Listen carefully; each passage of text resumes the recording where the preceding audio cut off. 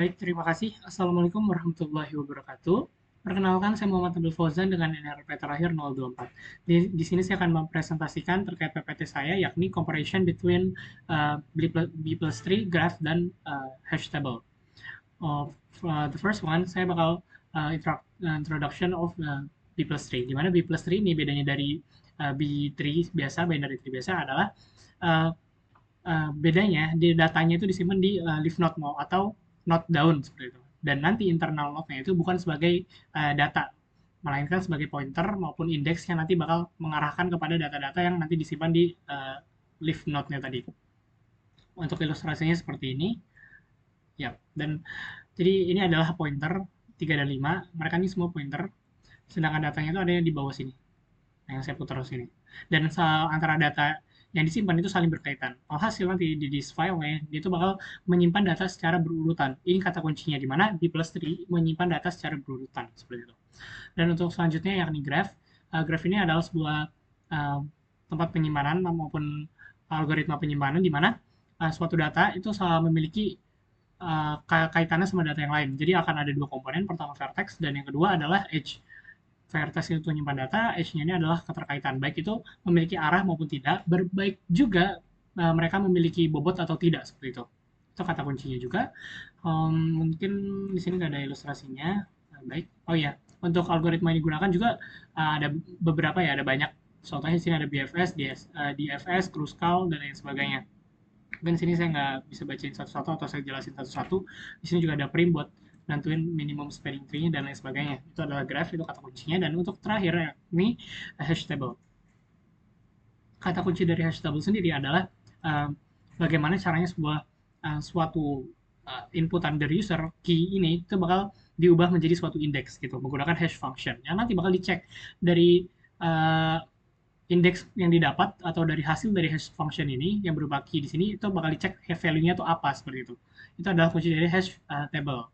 Nah, nanti saya akan masuk ke PPT-nya. Di sini adalah PPT saya di mana berjudul Comparing B plus 3 Graph Structure and Hash Table in my SQL.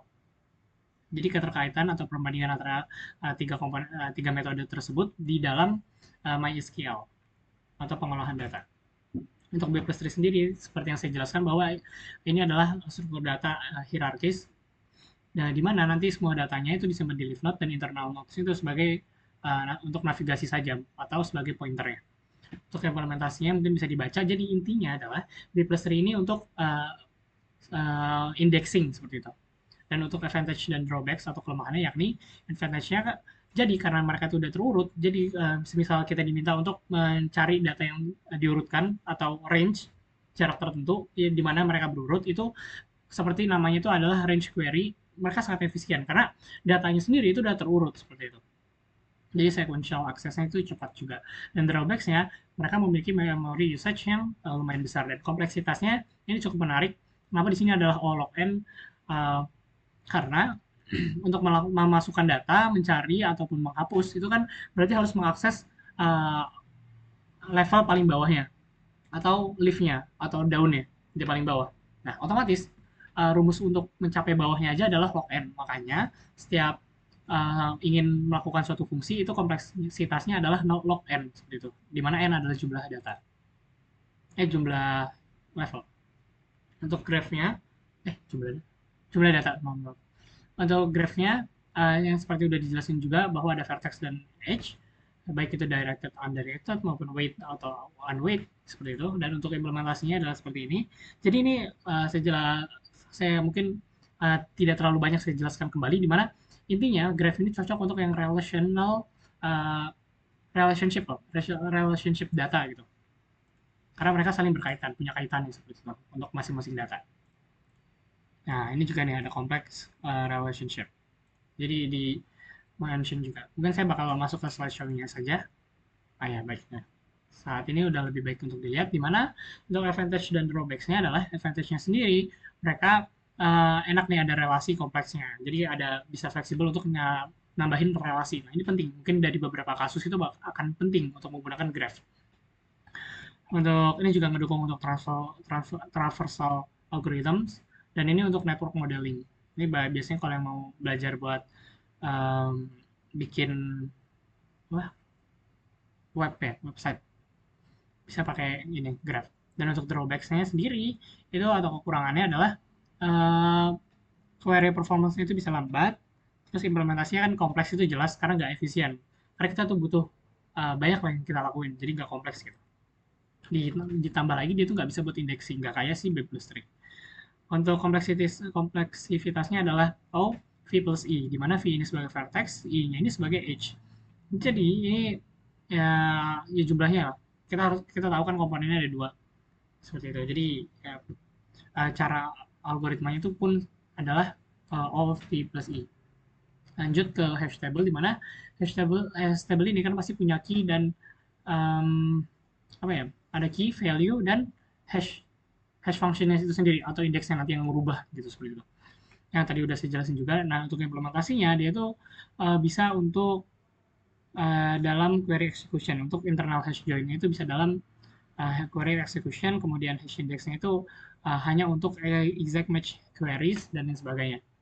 Untuk advantage dan drawbacks-nya, di mana advantage-nya ini, nah ini yang akan menarik. Kenapa? Karena kompleksivitasnya adalah 0, big O dan 1.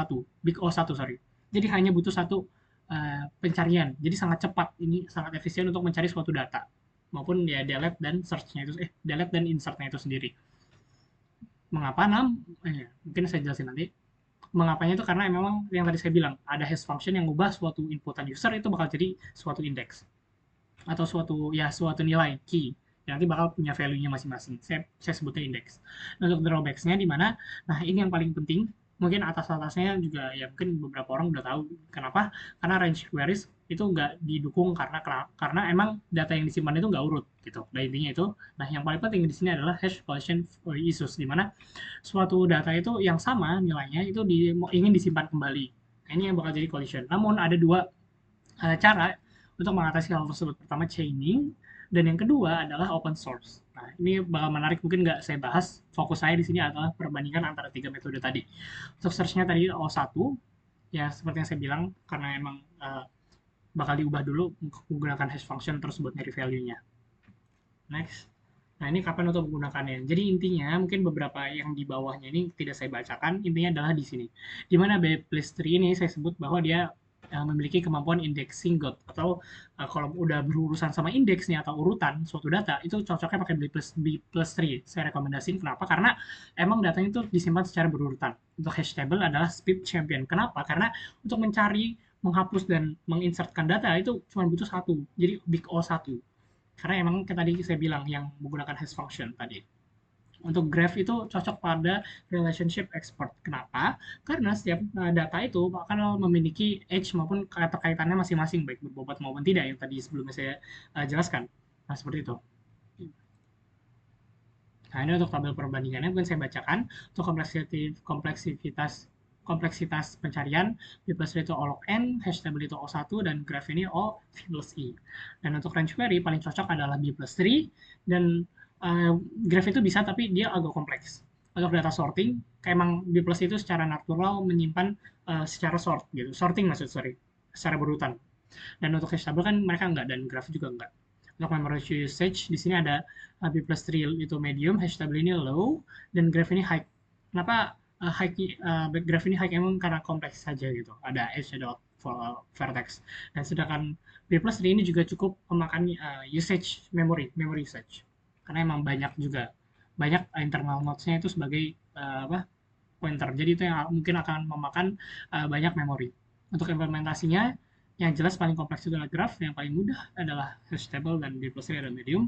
Base use case-nya di sini.